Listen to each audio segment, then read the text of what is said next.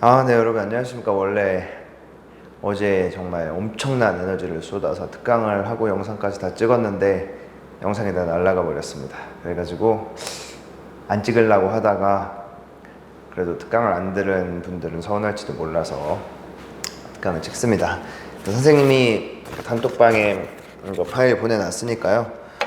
파일이 필요하신 분들은 보낸 파일 참고해가지고 영상이랑 같이 보면 될 것 같고요. 빠르게 우리가 지난 시간 동안 배웠던 내용들 정리할 거니까 빠르게 따라와 보시기 바랍니다. 자, 우리가 지난 시간이라 하면 1차 고사 범위 때 중국의 한나라, 한 왕조에 대해서 이야기를 했었습니다. 그런데 한나라가 멸망을 하였다 까지가 지난 시간에 했던 내용인데, 한나라가 왜 멸망을 하였느냐, 한나라 멸망의 가장 결정적인 사건이 바로 이거였습니다. 잘 보이실지 모르겠네요. 황건적의 난이라는 사건이 있었습니다. 황건적입니다. 황건적. 네, 황건적의 난이라는 사건 이후에 한나라가 정확히 말하면 후한이라는 나라죠. 후한이 완전히 분열돼 버려요. 그러니까 분열이 된 상태에서 너도 나도 내가 가진 힘으로 이 혼란한 세상을 정말 다시 제대로 돌려놓겠다, 막 여기저기서 자신들의 세력을 가지고 일어나게 되는데, 그렇게 일어난 세력들이 딱 세 나라로 정리가 됩니다. 어떤 나라로 정리되냐면요, 먼저 위나라, 그 다음에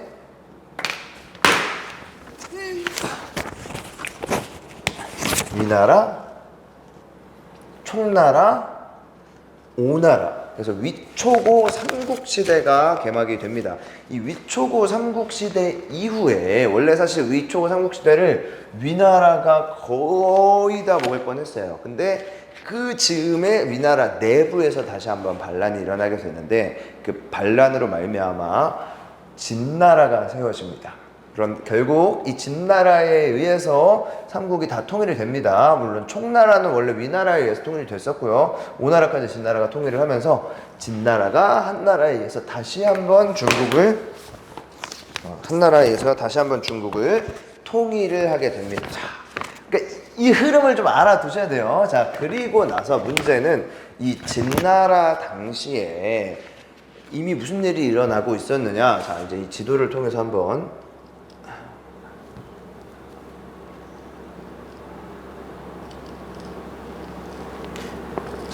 진나라 당시에 무슨 일이 있었냐면은, 여기가 진나라의 영역이었다면은 이 북방 지역, 이 지역에는 누가 살고 있었느냐, 바로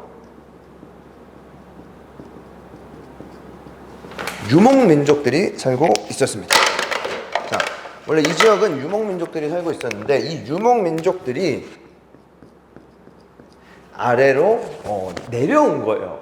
그러니까 전쟁을 위해서 내려오는 경우도 있었지만 보통은 그냥 살려고 이주한 건데, 너무 많은 유목민족들이 이 진나라 땅에 넘어오게 되면서 나중에 가서는 어떻게 되냐면요, 이 유목민족들이 진나라 내부에서 반란을 일으키고 진나라를 완전히 먹어버려요. 진나라를 완전히 먹어버린 유목민족들이 어떻게 하냐면요, 이제 여기에 이 진나라를 완전히 먹어버린 건 아니고, 남쪽 강남 지역을 제외한 이 화북 지역에 자리 잡은 유목 민족들이 이곳에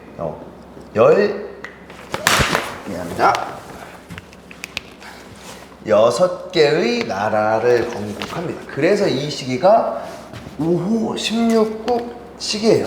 5개의 유목 민족들이 16개의 나라를 건국했어요. 어디서가 중요해요. 어디서요? 중국의 화북 지역에서 나라를 건국하였다라고 생각을 하면 되겠습니다. 자, 한편 중국의 화북 지역, 북쪽 지역은 뺏겼지만 이 아래쪽 강남 지역에는 여전히 중국의 한족들이 살고 있었죠. 누구야? 이 서진에 남아있던 세력들이 아래로 내려갑니다. 그럼 그 과정에서 수도가, 서쪽에 있었던 수도가 동쪽으로 옮겨갔다고 해서 이 나라를 원래 중국 전체를 통일했던 나라는 서진, 중국 남부만 가지고 있었던 나라는 동진이라고 얘기를 하는 겁니다.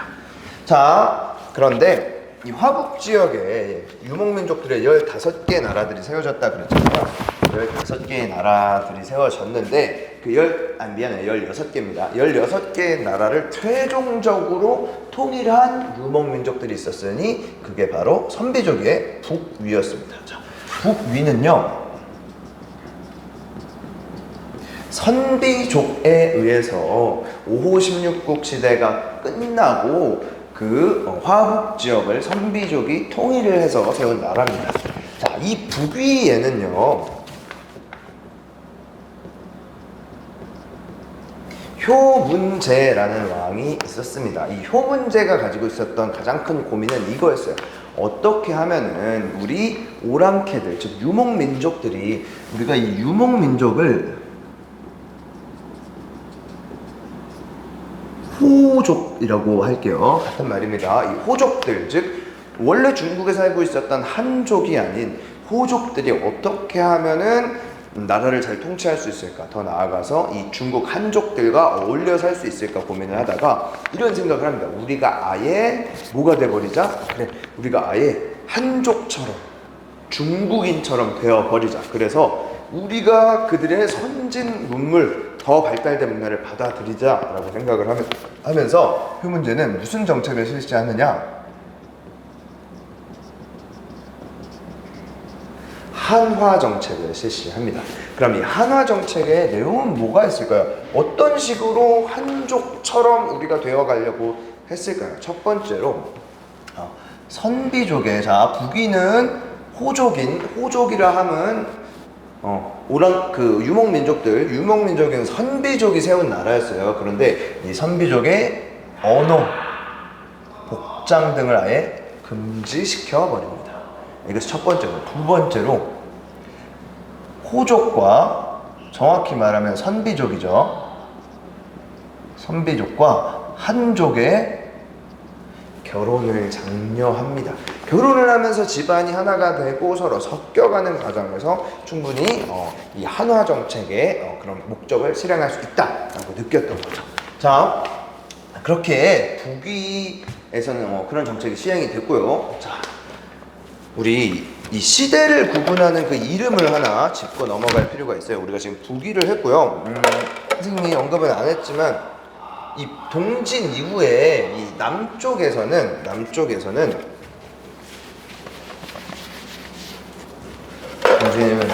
송나라, 제나라, 양나라, 진나라, 송제, 양진 4개의 나라가 차례로 세워졌다 말았다를 반복을 했습니다. 자, 왜 선생님이 지금 이 시기에 대해서 얘기를 하냐면은, 요 시기를 방금 얘기했던 이 위초고 시대 이후에 있었던 여러 격변의 시대를 부르는 그 시대의 이름이 있어요. 이 시기를 무슨 시대라고 부르냐면요. 자, 처음에 위나라가 통일을 하려고 했어요. 그래서 위나라가 시작이 됐다. 그 다음 진나라가 왔죠. 위진.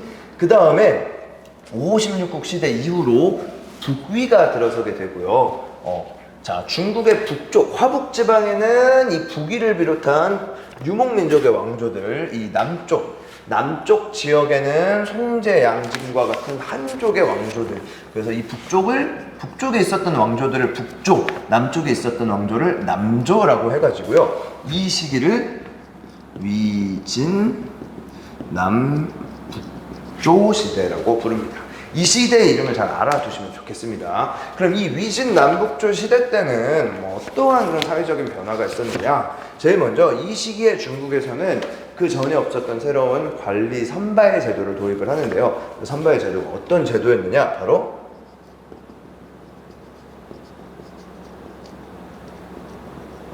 구품 중정제라는 새로운 선발 제도를 도입을 합니다.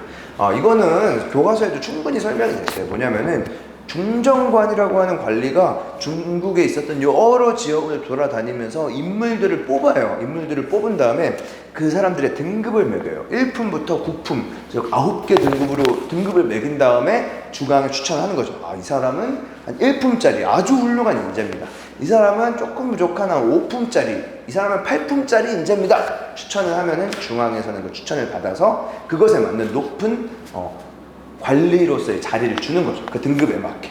그래서 한마디로 구품 중정제는 추천 관리 선발 제도 중에서도 추천 제도다라고 할 수 있습니다. 근데 문제는 이 위진 남북조 시대에 국품 중정제로 인해서 문제가 발생을 합니다. 왜냐면은 추천제다 보니까 어떤 주관적인 개인의 주관이 개입이 될 수밖에 없잖아요. 한마디로 이거예요. 중정관이 가가지고 마음에 드는 사람 쏙쏙쏙 뽑아가지고 자리를 줘. 근데 그 마음에 드는 사람이 누구였느냐? 진짜 능력이 있는 사람이 아니라 귀족 집안 하여간 그쪽에서 잘 나가는 집안 애들만 쏙쏙 뽑아가지고 높은 등급을 줘요. 그럼 당연히 어떻게 되겠습니까? 좋은 집안 출신들만 높은 등급을 받고 높은 벼슬자리로 올라가겠죠. 자, 그런 문제가 생기면서 이 국품 중정제 때문에 결국 역사적으로는 어떻게 평가를 받느냐? 귀족 사회가 위진 남북조 시대에는 귀족 사회가 더 발전할 수밖에 없는 문제가 생겼다라고 이야기를 합니다.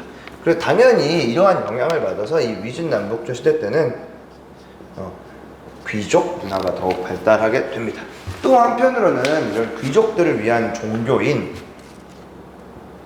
불교나 도교 이런 것들이 유행을 하게 됩니다. 자, 그런데 여러분 우리 그 수나라와 당나라 이야기 마저 이어가 보도록 하겠습니다. 지금 이게 아마 영상마다 선생님 오시면 많이 바뀌었을 텐데 이게 지금 없는 시간을 쪼개느라 매일 조금씩 영상을 찍고 있어요. 좀 이해 좀 해주시고요.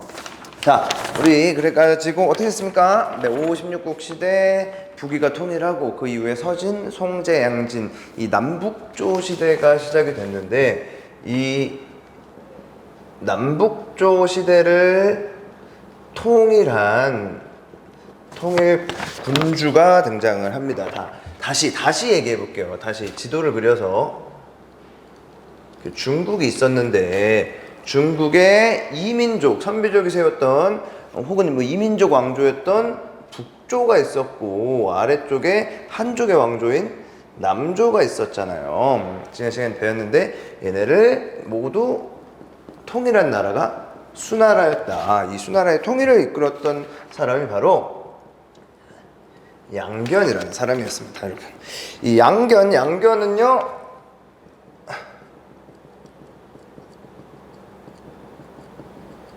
선비족 계통이었습니다. 그래서 정확히 말하면 선비족과 한족의 피가 섞여 있는 혼혈이었다. 이런 걸 알아두면 좋겠고요.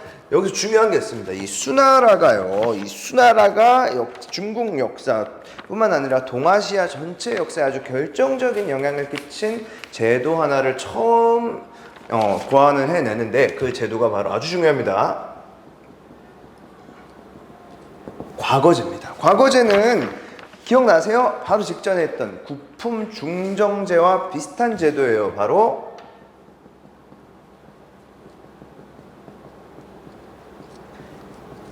국가를 통치하는 이 관리를 뽑는 관리 선발 제도죠. 이 관리 선발 제도로서 그러면 선발 제도인데 그럼 국품 중정제와 뭐가 다르냐? 국품 중정제는 추천이잖아요. 추천. 중정관이 가서 그 사람들을 보고 국가에 등급을 부여해서 추천을 해주는 제도인데 그렇게 되다 보니까 주관적이게 되고 또 동시에 그렇게 되다 보니까 귀족들에게만 유리한 제도였는데 이 과거 제도는 철저하게 시험을 통해 관리를 선발하는 제도입니다.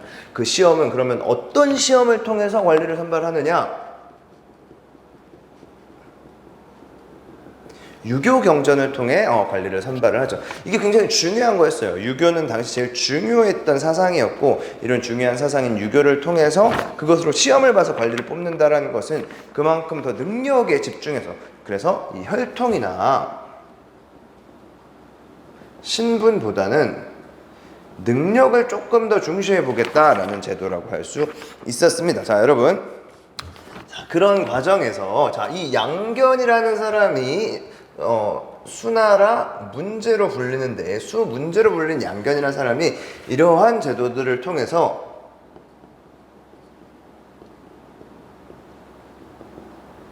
중앙 집권 체제를 강화해 갔다라는 점 기억을 해 주시면 좋을 것 같습니다. 그런데 이 양견 외에도 우리가 기억을 해야 할 즉 수문제 외에도 기억을 해야 할 수나라 황제가 있습니다. 바로 수나라 양제라는 인물이죠. 이 수나라 양제는 아버지 문제의 뒤를 이어서 황제가 됐는데요. 이 황제가 되면서 좀 더 어떤 통일 군주로서, 이 중국을 통일한 군주로서의 자신의 위엄을 보여주고 더 많은 업적을 남기고 싶어 했어요. 그런 과정에서 남겼던 아주 큰 업적 하나가 바로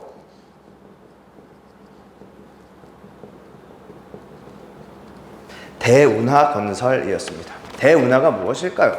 네, 중국에 있었던 여러 강들을 잇는 인위적인 물길, 사람이 만들어낸 물길을 만드는 공사였죠. 엄청난 공사입니다, 여러분. 이거는 정말 상상할 수 없을 만큼 강력한 엄청나게 많은 인원들이 동원돼야 합니다. 그래서 중국 역사에서 만리장성, 시황제의 만리장성과 비견될 정도로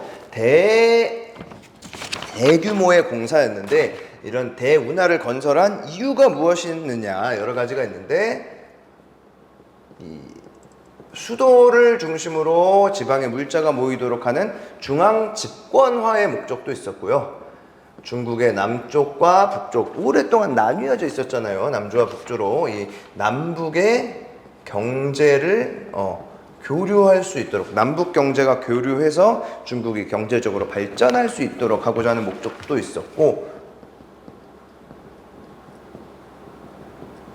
고구려 원정 당시에 북쪽으로 그러니까 수나라의 북쪽에 있었던 고구려를 치기 위해서 이런 전쟁 물자를 옮기기 위한 물길을 만드는 측면도 있었다는 거죠. 하지만 이 수나라 양제 때 무리한 고구려 원정으로 수나라는 멸망하게 됩니다. 그러니까 상당히 짧은 기간 동안 임팩트를 굉장히 많이 남기는 왕조이긴 하지만 결국은 임팩트만 남기고 역사에서는 사라지게 됩니다. 그리고 그 수나라가 무너지고 나서 마찬가지로 선비족 계통의 이연이라는 사람이 등장을 합니다. 이 이연이 다시 한번 중국을 통일하여 통일 왕조를 건설을 합니다. 수도가 어디였을까요? 바로 장안이라는 곳이었는데요. 자, 이 이연은 당 고조인데요. 이 이연도 중요하지만 이연의 뒤를 이어서 당나라의 황제가 되는 그 사람이 굉장히 중요합니다. 그 사람이 바로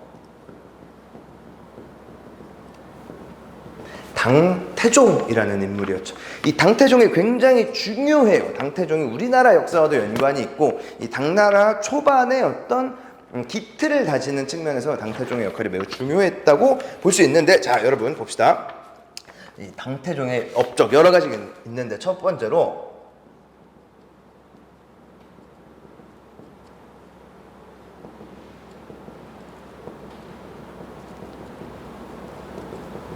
동돌고를 복속시키고 토번과 화친을 합니다. 이것도 또 지도를 통해서 말을 해줘야 되는데요. 자, 보세요. 이렇게 중국이 있으면 여기가 당나라의 영역이었잖아요. 그런데 중국에는 당시 중국 상황이 어땠냐면은 자, 여기는 고구려가 있었고요. 요 북쪽 땅에 돌궐족 중에 동쪽에 있는 동돌궐이 있었고, 요 즈음에 서돌궐, 여기에 토번, 이런 세력들이 당나라를 지키고 있었습니다. 이제 당태종이 했던 일이 무엇이었냐면은 이 돌궐족 중에 동돌궐을, 사사건건 자신들을 괴롭혔던 동돌궐을 복속을 시키고요. 이 토번과는 더 이상 싸우지 않도록 화친을 맺음으로써 국경지대를 안정시켰다라는 역할을 한 거죠. 그래서 이 당태종이요, 여러 유목민족들로부터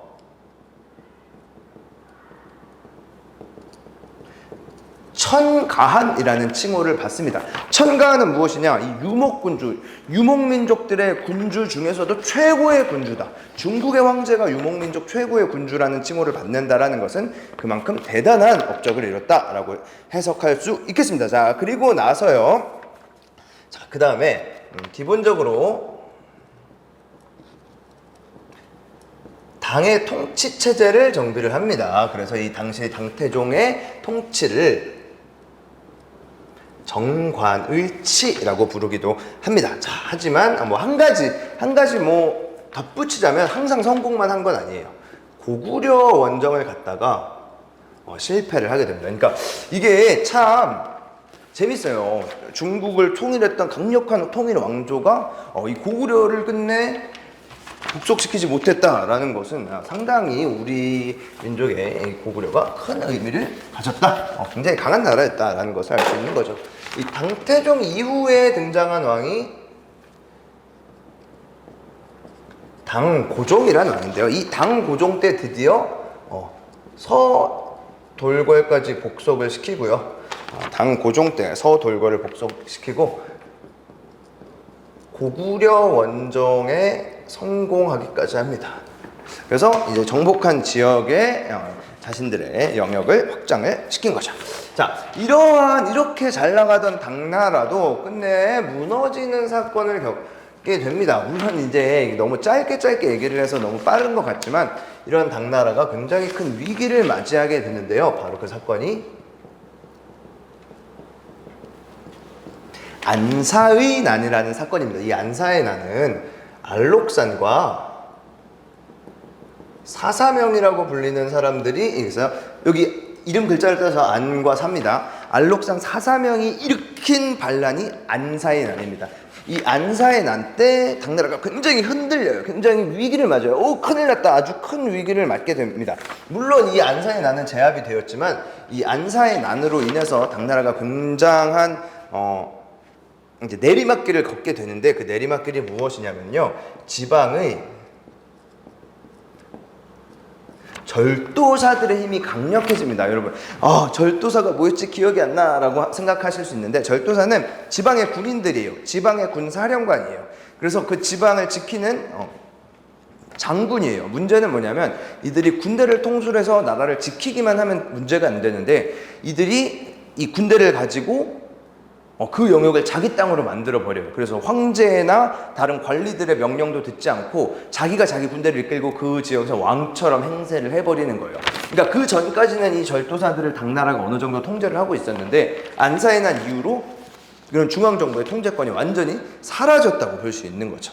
자, 그리고 나서 또 시간이 흘러서 결국 당나라는 또 한 번 황소의 난이라는 사건을 맞이합니다. 이 황소의 난은 농민 반란인데요. 이 농민 반란 이후에 다시 한번 휘청이다가 좀 안 보이겠네요. 잠깐만요.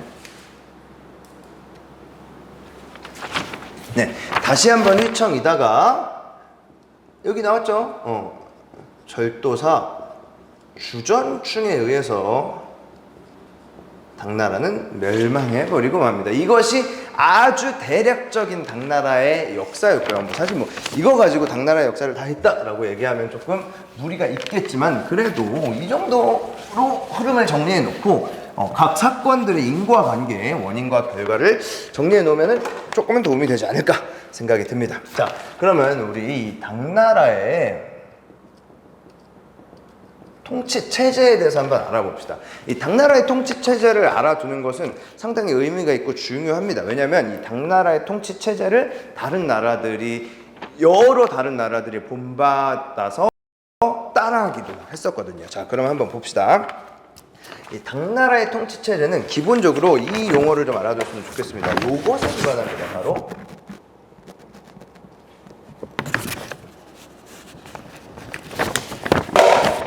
율령에 기반한 통치 체제가 바로 당나라의 통치 체제입니다. 율령은 기본적으로 법이에요. 법령, 우리가 알고 있는 법령. 그러니까 물론 그 이전에도 이런 법령들은 있어 왔지만 당나라 때 이런 법령의 기초에서 통치를 하는 아주 그 체제의 기초를 닦아놨다라고 볼 수 있겠습니다.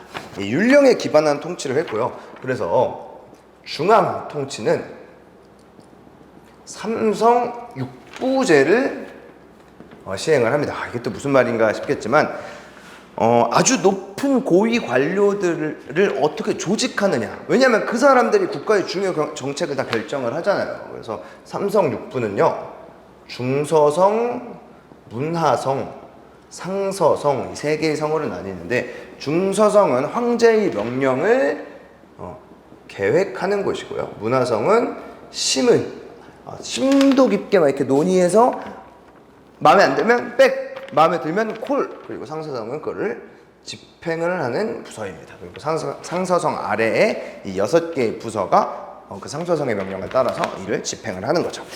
그러니까 이렇게 시스템이 착착 계획, 심의, 집행 착착착 나눠져 있는 것 자체가 뭔가 황제가 혼자서 마음대로 통치를 할 수 없도록 견제를 하는 그런 역할을 하고 있다는 점 기억을 해주시면 좋을 것 같고요. 네, 지방은 주현제 시스템에 따라 운영이 됩니다. 주현제, 여러분들 군현제에서 군자를 주자로 바꿨다라고 생각을 하면 될 것 같아요. 지금 조금 따라올 수 있나요? 그러니까 지금은 어떻게 보면 자세히 설명하는 시간이 아니라 그동안 했던 내용들 착착착 정리하는 시간이니까 너무 이해가 안 된다 싶으면은 여러분이 개인적으로 다시 좀 알아볼 필요는 있을 것 같습니다.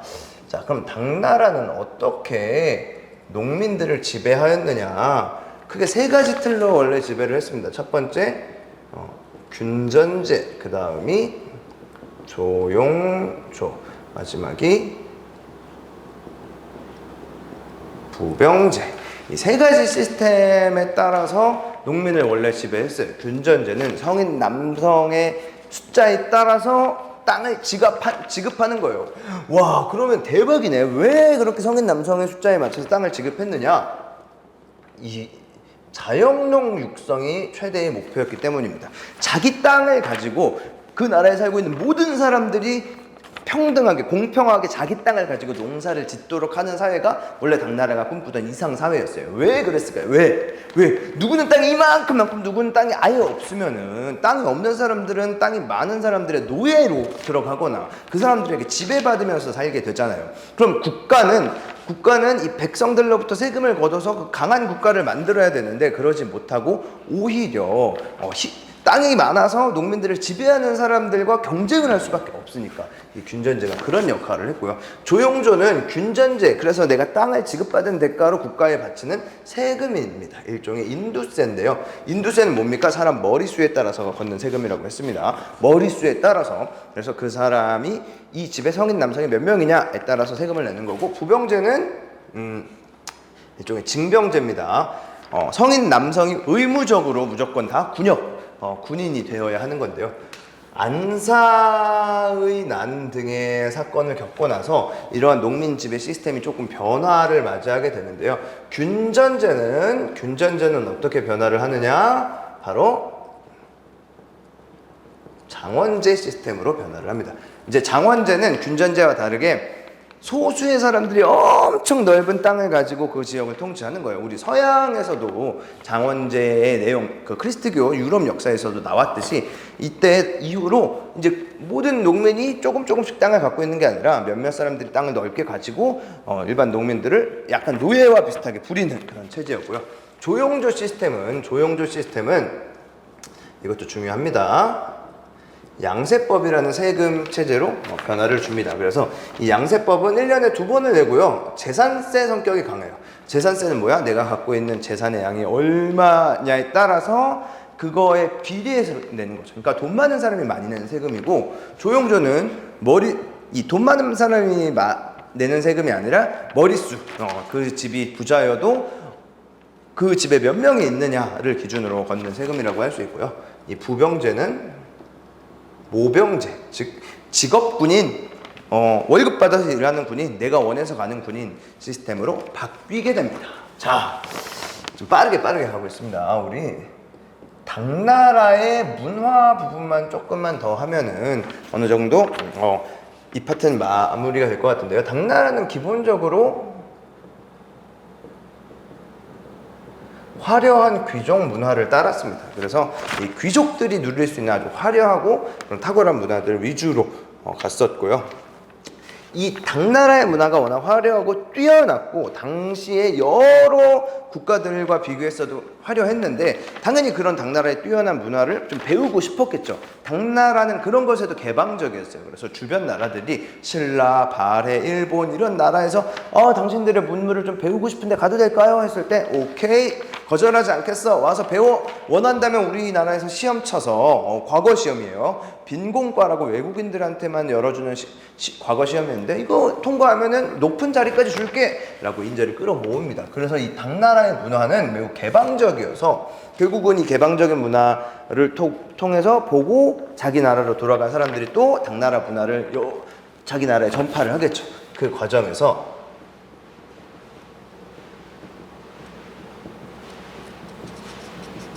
당나라를 중심으로 동아시아 문화권, 즉 뭔가 비슷한 문화 요소들을 공유하고 있는 여러 그 나라, 동아시아의 여러 나라들의 문화권이 형성이 되는 겁니다. 그래서 동아시아 문화권에는 어떤 것들이 있냐면 첫 번째로 한자입니다.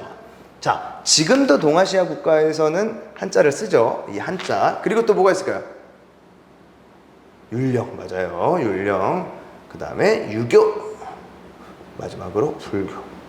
이런 것들은 지금도 동아시아 국가에서 굉장히 활발하게 활용이 되는 것들이죠. 이런 문화권의 공통 요소들까지 알아보면 되겠습니다.